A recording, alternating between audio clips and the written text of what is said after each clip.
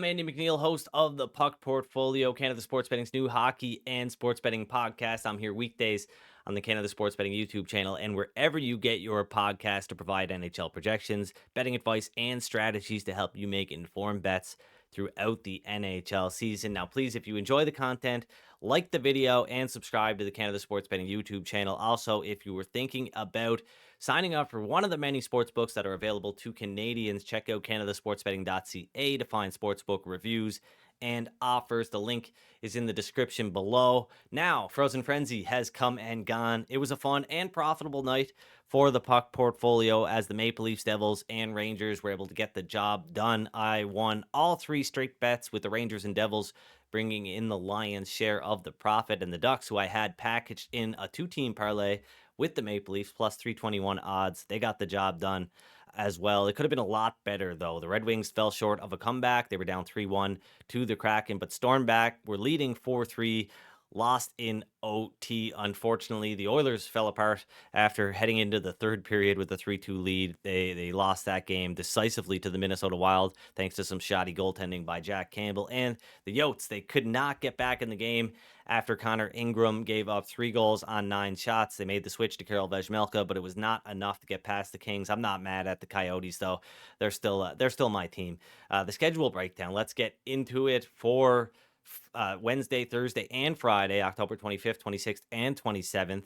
Giving you a good look ahead here. Of course, the load column lets you know if a team is playing 4 games in 6 nights or 3 games in 4 nights, so on and so forth. And then the rest column tells you how many days rest a team has had. So if you want to look at that a little bit more, take a screenshot. But I've already factored it into my projection model, so I'm not going to spend any more time on it. Once again, take a screenshot now if you want to look at that a little bit later. But let's get into some bets, shall we? Of course, there is the one lone game on Wednesday, and at the current price, I've got no interest in it. Akira Smid will likely get the start since Vitek Vanacek was in goal for the Devils on Tuesday against the Montreal Canadiens.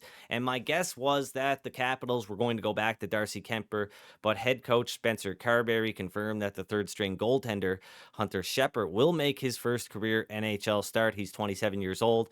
He's put up decent numbers in lower leagues like the AHL and the ECHL, but he's going to be in the NHL against the Devils, though. And the Capitals, they're allowing the 7th most shots against on a per 60-minute basis at 5-on-5. No interest there, but should be a relatively easy win for the Devils, you would think. And another loss for the Capitals. Now on to Thursday, Anaheim Ducks at Boston Bruins. Second meeting of the season between the Bruins and Ducks. And they met in Anaheim last week, and the Bruins took that game 3-1. But it was a closely contested matchup that was scoreless for the first 2 periods. And in fact, the Ducks actually opened the scoring in the third period, but Boston potted the next 3 goals, won the game 3-1, as I said. And I've said it before, and I'll say it one last time. I'm not interested in betting on the Boston Bruins in the month of October. They've got too easy of a schedule, and I won't be considering them as a bet until their schedule gets tougher, and it's about to get a lot tougher. So we'll see over the next couple of weeks because they've got games scheduled against the Red Wings, 2 games, the Panthers, the Maple Leafs, and the Dallas Stars in the next 2 weeks. So things are about to get a lot tougher for the Boston Bruins. The Seattle Kraken matching up once again against the Carolina Hurricanes. These 2 teams met last week. The Kraken got the win at home. And Thursday's NHL odds started to populate at sportsbooks as soon as Frozen Frenzy was going off the air on Tuesday. And I locked in some bets. The first bet that I locked in was the Seattle Kraken at plus 185. And that number moved to plus 180 pretty quickly. The projection model still sees some value on the Kraken at plus 180, 0.5 units at plus 180 or better, as Carolina is listed as a minus 167 favorite according to the projection model. So the Hurricanes, they haven't been bad, but they've been pretty mid, right? So it's not what you would expect from a team that everybody picked to come out of the Eastern Conference this season. And the Kraken, they've got fairly strong underlying metrics, but not much star power. So the Canes, they're still a bigger bigger favorite. But given how Carolina has played and how Seattle is starting to find their scoring touch, I'm interested in betting the Kraken, and I did. But unfortunately, the odds on this game, they move so fast, and it looks like people are starting to wise up to the fact that Carolina is not playing up to their usual standard. The Red Wings are in Detroit. Connor Hellebuck is from Michigan, so I'm expecting him to get the start against the Red Wings, but he's never had much success in front of the Detroit crowd, going 2-3 in his career with an 882 save percentage. Not much stock put into that, of course, small sample size. And the Red Wings have been a bad team. Maybe the Jets have been looking past the Red Wings, but they won't look past the Red Wings now because Detroit is the hottest team in the NHL offensively and really overall in a lot of ways. So this is probably going to be the best version of the Detroit Red Wings that the veteran goaltender has ever faced in his career. So that should be interesting. The projection model has this game minus 129 in favor of Detroit if the starting goaltenders are Ville Husso and Connor Hellebuck, which is what I'm expecting to see. Columbus at Montreal, as you are probably already aware, Patrick Laine has been placed on injured reserve. That's a big blow for the Blue Jackets. They won their first game without Laine, but they dropped an overtime decision on Tuesday to the Ducks at home. And so things aren't looking great for Columbus. Now, if Laine was in the lineup, the Blue Jackets' odds of beating the Canadiens would be a lot higher, but he's not going to be. And the Canadiens are a pesky team with a lot of offensive capabilities and decent goaltending as well. So the projection model sees Montreal as a minus 112 favorite. Colorado at Pittsburgh. Arbitrarily, I'd like to bet on the Avalanche here because the Penguins are starting to look really bad based on the eye test. Pittsburgh grades out in the top 10 in categories like expected goals, but they're not scoring, and their defense and goaltending has been really subpar. Also, they can't defend the rush at all, it seems. Go look at how the goals were scored in their last few games. Thankfully, the model is showing some value on the Stars, at least at minus 125, as it prices them as a minus 133 favorite. But I'm hoping to get a better number on that before I lock it in because it's not a very big play. San Jose and Tampa Bay. I for one, I don't know about you guys, but I am shocked that the Sharks are the only winless team to date in the NHL. I'm just kidding. I'm not shocked at all. Logan Couture, Alexander Barabanov, and Mikael Granlund are all listed as day-to-day heading into this game. Tampa Bay is a minus 240 favorite right now, according to the projection model. No bet on either side. The Minnesota Wild at Philadelphia Flyers. I do have a bet here. Now, the Wild picked up a big win over the Oilers, sans Connor McDavid, but that doesn't impress me much. Edmonton had the game in hand. They fell apart in the third period. Really, their own worst enemy in this one, thanks to some shoddy goaltending, as I mentioned, from Jack Campbell. But Minnesota's underlying metrics, they're bad, and the Flyers are grading out really well right now. Philadelphia, they're going to have trouble with the elite teams like we saw against Dallas and Vegas, but the Wild, they're not elite, and the Flyers should not be priced any lower than plus 110. So my projection model is accounting for the possibility that we might see a Samuel Urson start, but I think it'll be Carter Hart. The Flyers have the Ducks coming up next, and that's a better game to put Urson into if they so choose.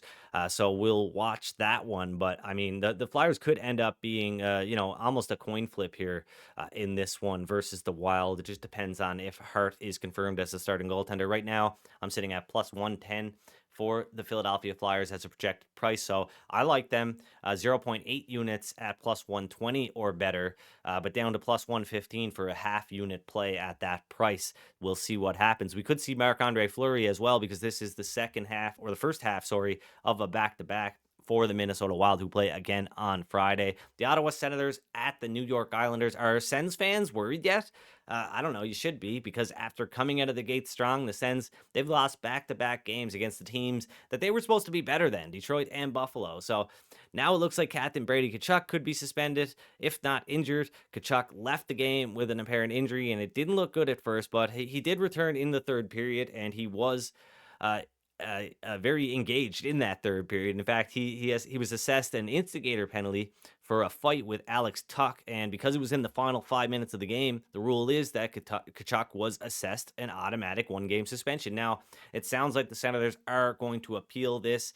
DJ Smith, the head coach of the Senators, said as much after the game. I don't have an opinion on whether he won't be or should be suspended or whatever, but it does sound like this might be a good outcome for the Sens, and they won't lose Kachuk for a game as expected. But all I can do right now is price the game with him and without him, and that's what you you guys should be coming to me for, right? I mean, that's what you're wondering. How do the odds change, right? So with him, the Islanders are a minus 112 favorite. That's what you see on the screen on the projection model right now. But without him, the Islanders' odds improve to minus 134. So definitely a big change whether or not Kachuk is in the lineup. But yeah, Sens fans, you guys should start to worry. So the Toronto Maple Leafs, they're up against the Dallas Stars in Dallas on Thursday. But the projection model lists the Stars as a minus 125 favorite, given that the two teams are closely matched in terms of their overall rating, but the Stars are just slightly better by my estimation. No bet on this game at the current odds, but should be a fun one to watch nonetheless. But I do have a bet on the St. Louis Blues. I mean, the betting market, like, they're really stubborn here on a few teams, and the Calgary Flames are one of them. How many times is this team going to let bettors down before they realize that they're not as good as the metrics suggest? The Flames, they rank 19th in expected goals percentage at 5 on 5, according to Evolving Hockey this season. Last season, they ranked seventh. So what gives, right? Anyway, the Blues suck. I know that. But at plus 150 or better, the Blues are good for a half unit bet. Those odds are available at Bet99. So shop around because that's my cutoff. And finally, the Rangers will finish off Thursday's big slate against the Edmonton Oilers. And that finishes off my betting card, as New York is my biggest bet at minus 110 or better. The projection model prices the Rangers at minus 122 if the starting goaltenders are Igor Shesterkin and Stuart Skinner. There's no Connor McDavid, of course, but I still don't think that'll be enough to make head coach Peter Laviolette start Jonathan Quick in this one, especially after Igor Shesterkin had one of his best performances of the season so far in Calgary on Tuesday. It's been a rocky start for Shesterkin, so I imagine Peter Laviolette will want to get him going. There's a lot of minus 110 available right now, too. So it's a great bet. 1.1 units to win 1 unit. And I'll add a recap of my NHL picks for Thursday to cap out today's show. The New York Rangers, as just mentioned, minus 110 on the money line. 1.1 units to win 1 unit, but it's good up to minus 115. It would just be a much smaller wager. The Flyers plus 120 on the money line, 0.8 unit bet, but it would be just a 0.5 unit bet at plus 115 or better. So take that into account. The St. Louis Blues plus 150 on the money line. That's my cutoff. It's a half unit play. So only 3 plays today. It's a bigger slate, but this is the early value. I might end up with something else, and I will let you all know on Twitter at Digital Gambler if that happens. But thanks for joining me on today's episode of the Puck Portfolio. Good luck with your bets, of course, and please remember to gamble responsibly.